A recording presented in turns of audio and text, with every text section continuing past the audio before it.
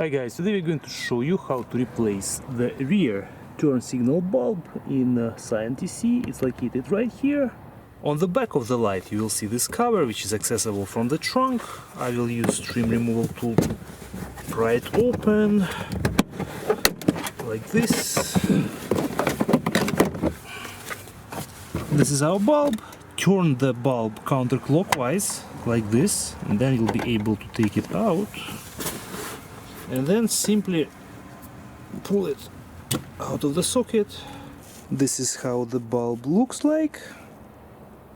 Insert the new bulb exactly the same way and put it inside like this. Position it properly so it fits and turn clockwise. The cover goes back on.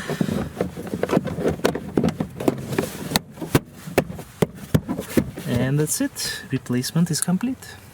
The left side gets replaced exactly the same way. The bulb is right here, and again we can access it from inside the trunk. Remove the cover, replace the bulb, basically do it the same way.